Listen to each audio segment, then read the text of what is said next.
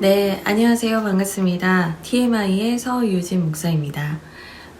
오늘은 제가 요즘에 너무나 인기리에 방영되고 있는 애플TV의 빠찡코라는 드라마에 대한 이야기를 좀 하려고 합니다. 이 드라마는 같은 제목의 소설을 원작으로 하고 있어요. 이민진 작가님이라는 재미교포이신 그 작가님께서 쓰신 소설을 바탕으로 하고 있는데요. 참 그 작가님의 강연 영상도 제가 찾아보고 했는데, 참 멋있는 분이구나. 네.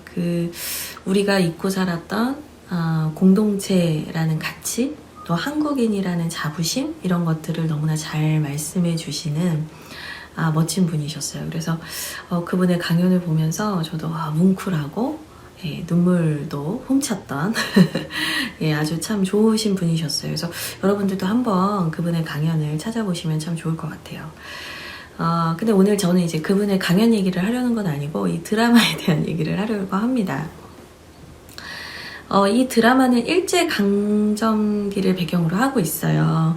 그 일제강점기 때 우리나라 사람들이 겪었던 어려움들, 경제적인, 또 사회적인 그런 박해와 핍박과 어려움들, 이 이야기들을 다루면서 그분들이 그런 시련과 어려움들을 어떻게 극복을 해냈는지, 그리고 그 극복을 통해서 그 다음 세대가 어떻게 살게 됐는지 전 세대에 걸친 우리나라의 역사도 요약해주면서 한 가족의 그 끈끈한 사랑과 생성기를 이렇게 말해주는 드라마입니다.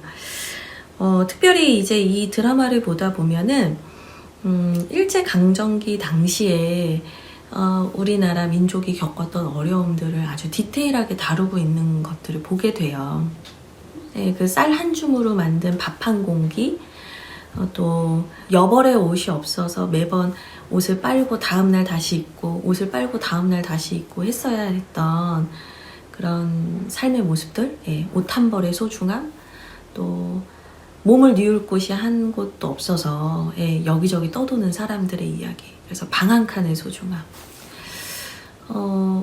정말 배를 타고 어딘가를 멀리 갈 때에도 그냥 평범한 사람들은 물 한 모금도 먹을 수 없는 현실, 그래서 그 물 한 모금의 소중함, 쌀 한 줌, 물 한 모금, 옷 한 벌, 방 한 칸, 정말 이 너무나 작은 것들에 대한 절실함, 그런 것들을 가지고 살았던 우리나라 사람들의 그 한과 아픔에 대해서 아주 디테일하고 구구절절하게 이야기를 합니다.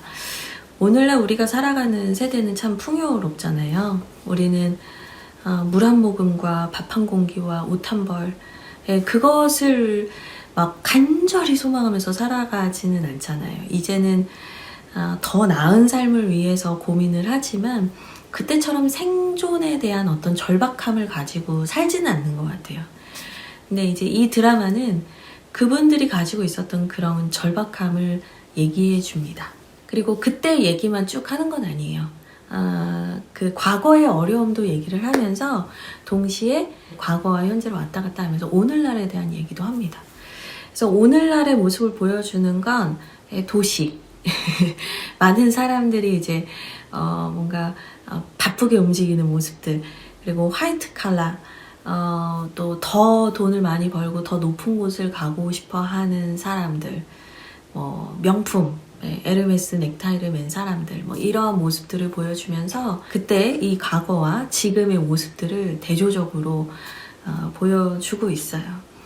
그래서 제가 이 대조를 왜 보여주는가 이런 생각을 해보니까 결국에 이 드라마에서 보여주고 싶은 건 뭐냐면, 오늘날 우리는 더 잘 살기 위해서 우리의 번역이 마치 내 노력에 의한 것처럼 내가 조금 더 노력하면 잘 살 수 있을 거다라고 이제 우리는 말하는 것 같지만, 우리가 누리고 있는 이 번영은 결국에 과거의 누군가의 눈물, 희생, 헌신, 수고를 통해서 생겨난 것이다, 이런 이야기를 하고 있어요. 그게 한 인물을 통해서 드러나요. 네, 선자라는 모진 세월을 살아왔던 할머니와 그다음에 그의 손자 솔로몬, 네, 데뷔를 통해서 계속 보여주거든요. 솔로몬은 이제 좋은 학교 나와서 예, 뭐 은행에서 아주 유명한 금융맨으로 살아가죠. 근데 이 친구가 더 높은 곳으로 가고자 하지만 사실 이 친구는 자신이 누리고 있는 이 번영과 또 공부할 수 있었던 기회들, 예, 또 미국에서 자기가 자신의 재능을 떨칠 수 있었던 여러 가지 기회들, 이런 것들이 자신으로부터 기인했다고 생각하지만 이 드라마를 쭉 따라가다 보면, 추적하다 보면 결국에 그가 누리고 있는 모든 것들이 할머니로부터 시작된 눈물과 기도와 또 수고에 기인했다라는 것들을 이제 알게 되는 거예요. 그래서 나만 생각하던 한 사람이 내가 속한 가족에 대해서 다시 생각하게 되고 내가 지금 있을 수 있게 해준 공동체에 대해서 다시 생각을 하게 하는 거죠. 저는 참 의미 있는 드라마라고 생각을 했어요. 그래서 이 우리가 살고 있는 번영의 시대가 결국에는 어느 날 갑자기 뚝 떨어진 것이 아니라 우리의 과거, 우리의 역사와 연계되어 있다는 것들을 이제 연결해서 볼 수 있는 통찰을 주는 아주 좋은 드라마라는 생각을 했습니다. 그러면서 이런 생각이 들더라고요. 근데 왜 제목이 빠친콜까?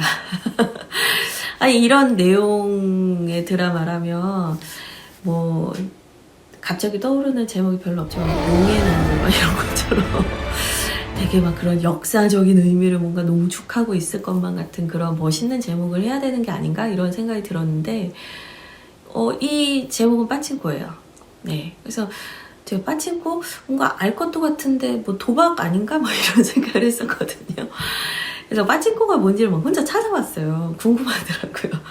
그랬더니 이제 일본에서 아주 대중적으로 즐기는 뭐 레저라고는 하지만 약간의 도박기가 있는 네, 뭐 혹시 제가 잘 몰라서 잘 실수하는 게 있다면 혹시 용서하시고요. 제가 이해한 걸로는 이렇게 칩 대신에 구슬 같은 걸 돈으로 바꿔가지고 그 구슬로 게임을 하다가 돈을 잃기도 하고 돈을 딸 수도 있는 거라고 생각을 해서 저는 이제 약간 도박이라고 인식을 했던 것 같아요. 네, 여튼 뭐 일본에서는 근데 그게 아주 그냥 많은 사람들이 즐기는 게임이라고 해요. 근데 이 빠친코가 어떻게 하는 건지 제가 유튜브를 통해서 빠친코 하는 법도 배웠어요. 아니, 궁금해서 이 빠친코 뭔데? 그걸 보니까 돈을 이제 주고 철공 구슬 같은 걸로 바꿔요. 근데 이 구슬이 전쟁의 잔해더라고요. 전쟁이 끝난 후에 남은 어떤 철물 같은 걸 가지고 만든 이제 게임 도구인 거죠. 그래서 그 구슬을 바꿔가지고 레버를 돌리면 이 구슬이 힘을 탁 받아서 역류를 슉 해서 올라갑니다. 그래서 이 구슬이 이렇게 왔다 갔다 하다가 어떤 이제 구멍에 쏙 들어가면 그게 점수가 되는 거예요. 근데 이제 그 구멍에 안 들어가면 이제 잃어버리는 거죠. 그냥 그 구슬은 잃어버려요. 그래서 그 구멍에 톡톡톡톡 해서 이제 원하는 구멍에 쏙 들어가면 그게 몇 개가 되면 그림이나 숫자가 뿅뿅뿅 뜹니다. 그래서 이 세 개가 그림이 맞거나 이 세 개가 숫자가 맞으면 이제 휘바 하면서 이제 잭팟이 터져서 뭐 이제 구슬이 우르르 나오는 거라고 해요. 예, 그래서 이제 이게 빠친코인데 이 소설이 도대체 빠친코랑 무슨 상관인가 이해가 안 되더라고요. 근데 이제 찾아보니까 그 제1교포 분들께서 일본에 가서 살면서 정착을 하게 되고 그분들이 그 정착을 하면서 갖게 된 비즈니스 중에 빠친코 가게가 되게 많았대요. 실제로도 제1교포 중에 그 빠친코를 운영하시는 분들이 많다고 합니다. 그러니까 이제 어떻게 보면 빠친코 하면 그분들이 어떻게 그 일본에 가서 정착을 하고 살게 되고 터를 잡고 그분들의 삶을 읽었는가를 보여주는 아주 상징적인 매개체인 거죠. 근데 또 그것만으로 빠친코라고 하기에는 좀 그렇잖아요. 근데 물론 실제로 이제 그 아까 말씀드린 선자라는 할머니의 아들이 이 빠친코를 운영을 하고 있어요. 실제로도.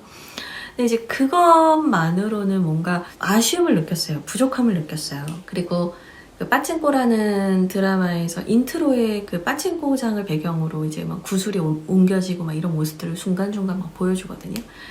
근데 제가 그걸 보면서 뭘 느꼈냐면 이 구슬 하나가 전 사람처럼 보이는 거예요.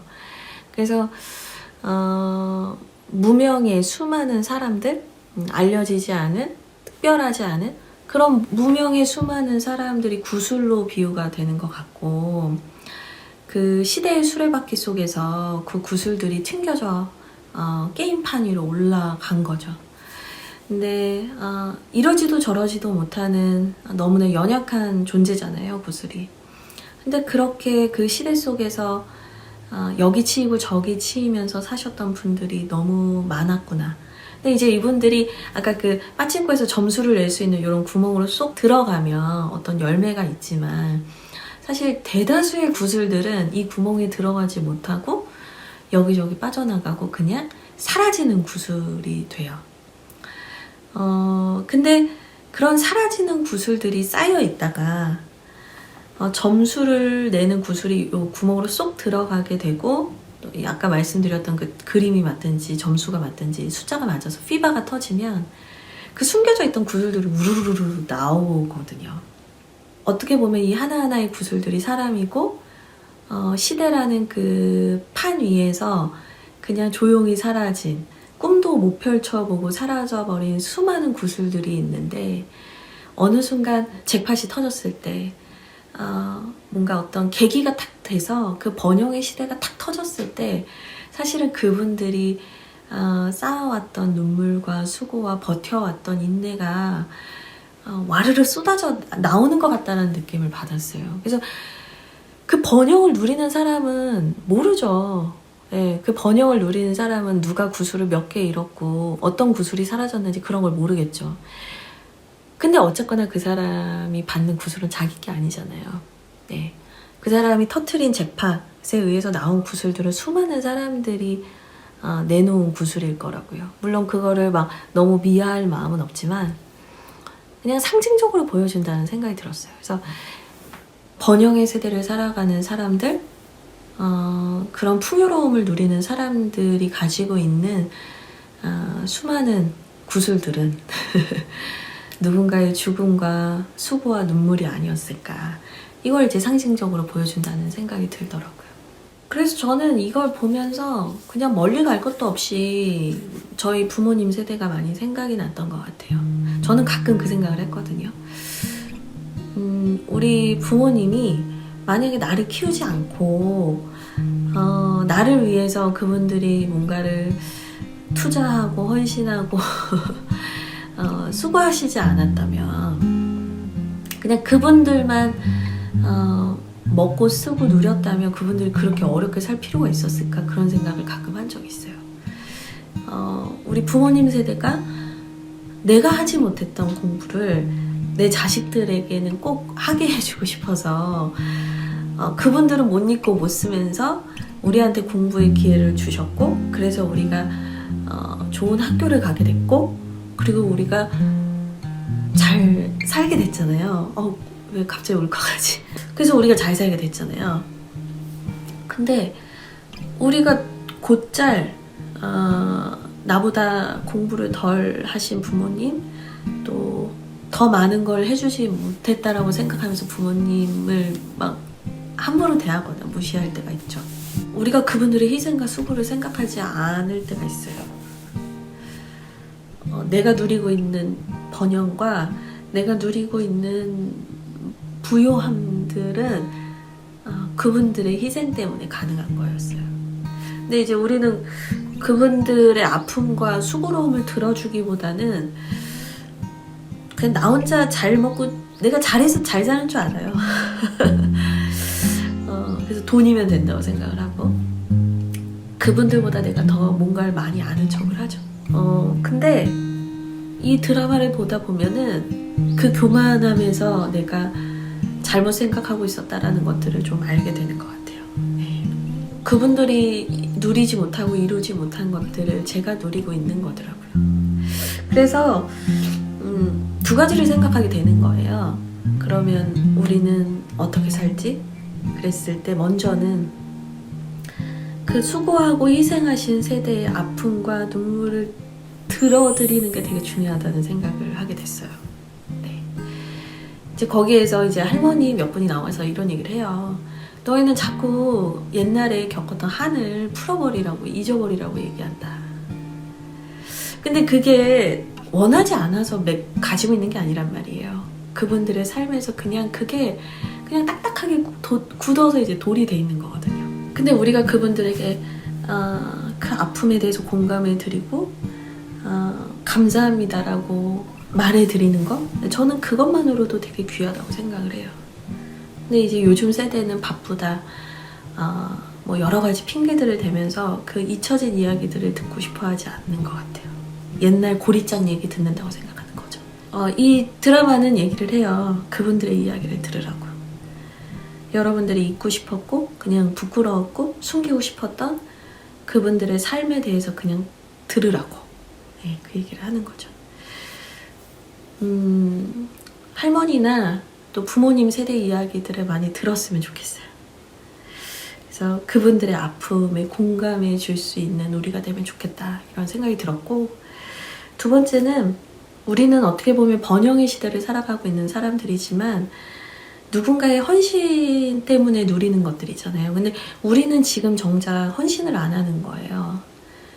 다음 세대를 위한 헌신을 우리 뭘 하고 있는가, 또 그런 생각도 하게 됐어요. 그래서 보이지 않고 또 알려지지 않은 무명의 한 사람 한 사람의 수고와 눈물이 쌓여서 우리 다음 세대가 누리게 될 번영들, 전 좀 그런 것들에 대한 생각도 우리가 같이 해보면 좋겠다라는 생각을 했어요.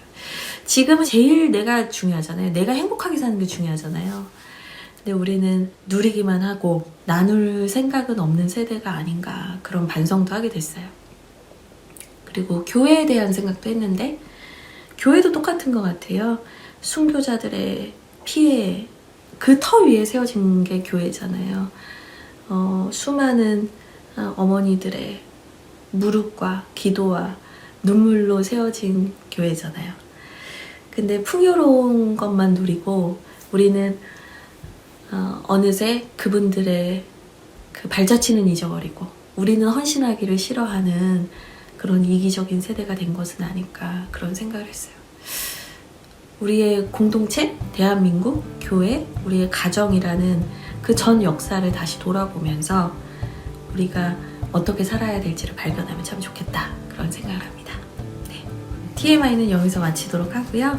또 다음 시간에 다른 재밌는 이야기를 가지고 여러분을 만나러 오겠습니다. 네. 그럼 여러분 다음에 만날게요.